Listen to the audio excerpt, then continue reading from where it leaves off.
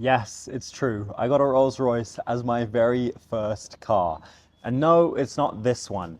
Here's my Rolls Royce, a 1971 Silver Shadow, white with dark blue interior, a California car its entire life, up until the day that I got it. Let's get into the story of why I have this car, why it's so significant to me, and what my future plans are with it, and the reason that I'm making this video to give you some context so that in a month you won't be so confused.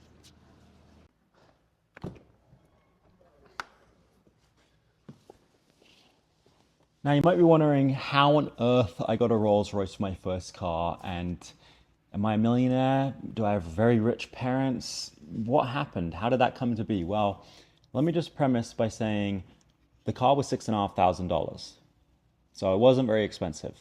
But the story of how I got it is something I'll remember forever. I still have the car currently, and at the end of this video, we're going to be getting into the plans of what I'm going to do with it from now on and why I'm making this video to give you some context.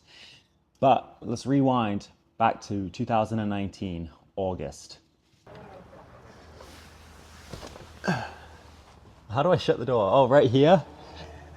See, I'm not used to these modern Rolls Royces. My car is nothing like this on the inside.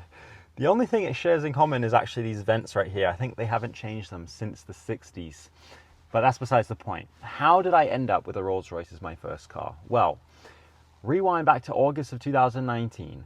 My parents were looking for a new family vehicle as our Volvo XC90 transmission had let go and it was just not worth fixing. You know, the car was mechanically totaled. So my mum was looking on Auto Trader to find a vehicle. I was looking all over the internet, and around this time I went to go watch a movie called Rocket Man with my uncle, and in the movie Elton John pulls up to his dad's house in a gold Rolls Royce Silver Shadow.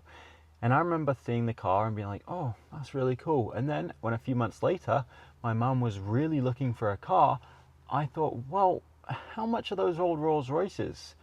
Why don't we just get one of those, put $5,000 into it, fix it up, and that can be our family car. It's a 5-seater, it's got seat belts. I mean, how bad can it be? Turns out that was not a very good idea. Once we had the car and we'd already sent it to the shop for about $9,000 worth of repairs, I started to take it to high school because we got the car back and it was finally good to go. And I drove it for approximately 2 weeks, and every time I drove it, I was nervous it was going to break, but it didn't. Thankfully, it did not break. However, after the third or fourth time I took it to high school, I was on my way home, and about 5 minutes into the drive, the car was billowing steam out of the hood.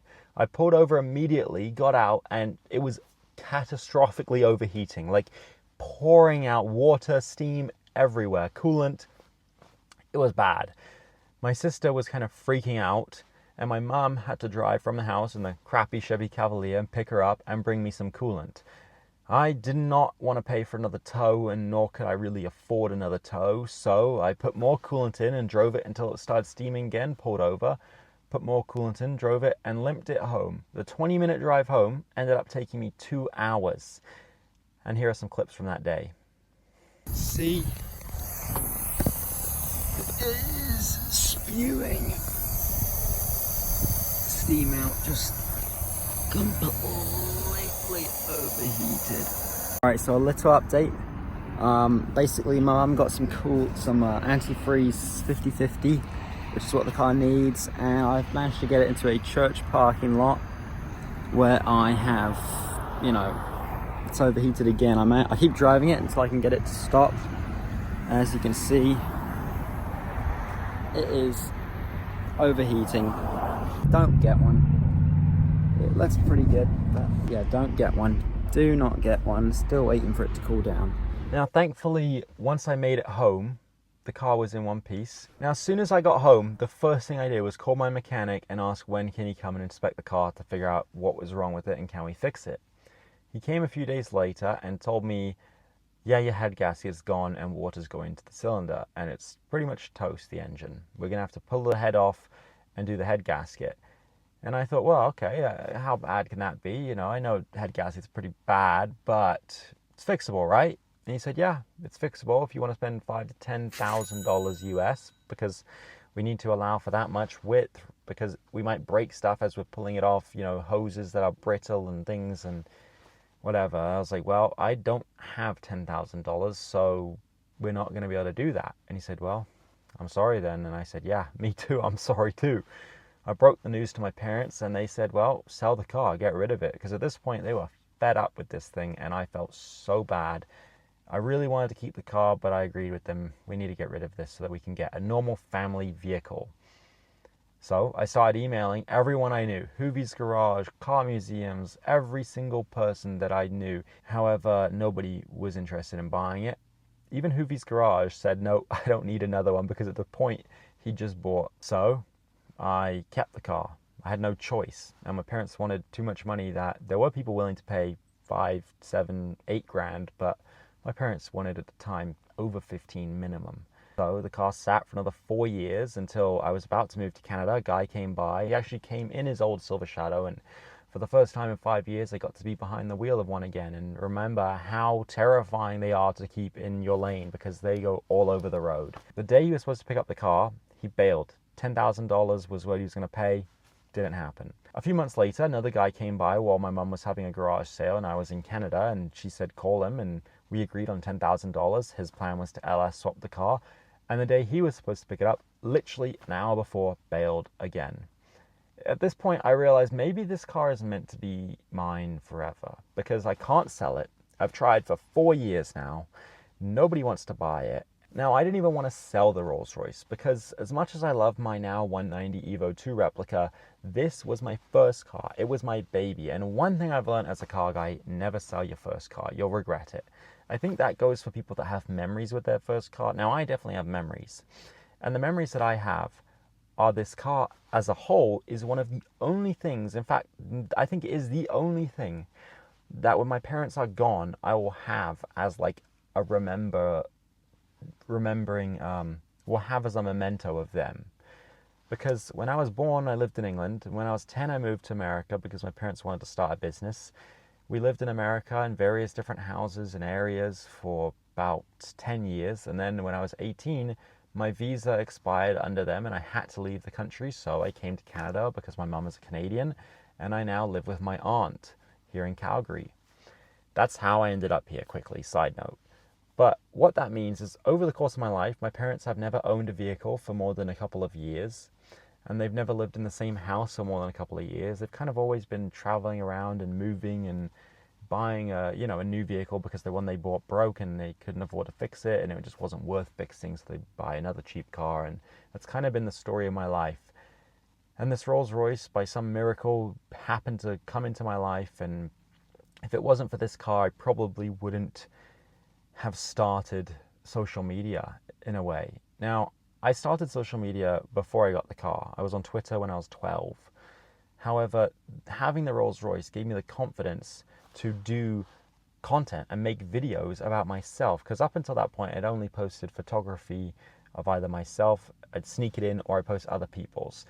But having that Rolls Royce made me start posting videos about the car and telling the story and the journey on TikTok. So having that car was really important to me.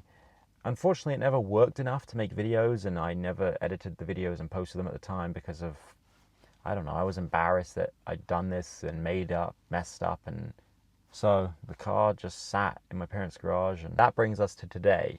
The Rolls Royce that I'm sitting in clearly is not mine. I can't even afford like the wood on this car.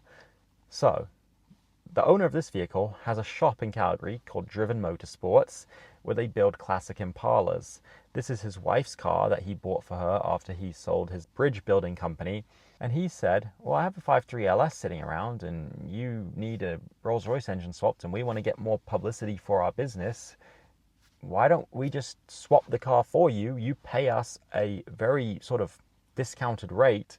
We'll build the car, we'll get publicity, you'll have your Rolls fixed, and we can show other customers what we can do, because it's not easy to LS swap a Rolls Royce Silver Shadow. Most people, including Hoonigan, when they Hellcat swapped their Rolls Royce, they basically rebuilt an entire chassis and it's just the body on the car, whereas my plan is to try and keep as much originality of the car as I can. I'm still going to need to replace the brakes, the suspension, the engine, the drivetrain, the transmission, the axles. It's a big job, a job which I barely maybe have the money for. So the plan is to swap the car for $15,000 is my goal, and we're going to build it, and we're going to have a working, running, driving LS swapped Rolls Royce Silver Shadow with massive bow horns I want to put on the front like the Cadillac in cars, and surfboards on the roof, and I want to road trip this car and daily drive it for as long as I can.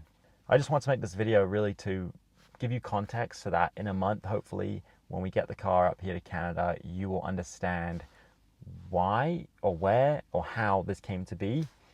It didn't just happen overnight. I've actually had this car for 5 years. My Rolls Royce was my first car. It's probably the craziest saying that you could ever say to have as a first car. Yes, it was a Rolls Royce. I mean, it doesn't get wilder than that. Like even a Duesenberg is like, most people don't even know what that is. So that's the plan. Bring it up to Canada, and we're going to LS swap it with Driven Motorsports. Yeah, thanks for watching. I'm going to be making t-shirts to help support the engine swap build. If you want to support it, then tell your friends that I'm going to be swapping the Rolls Royce, and yeah, that's it.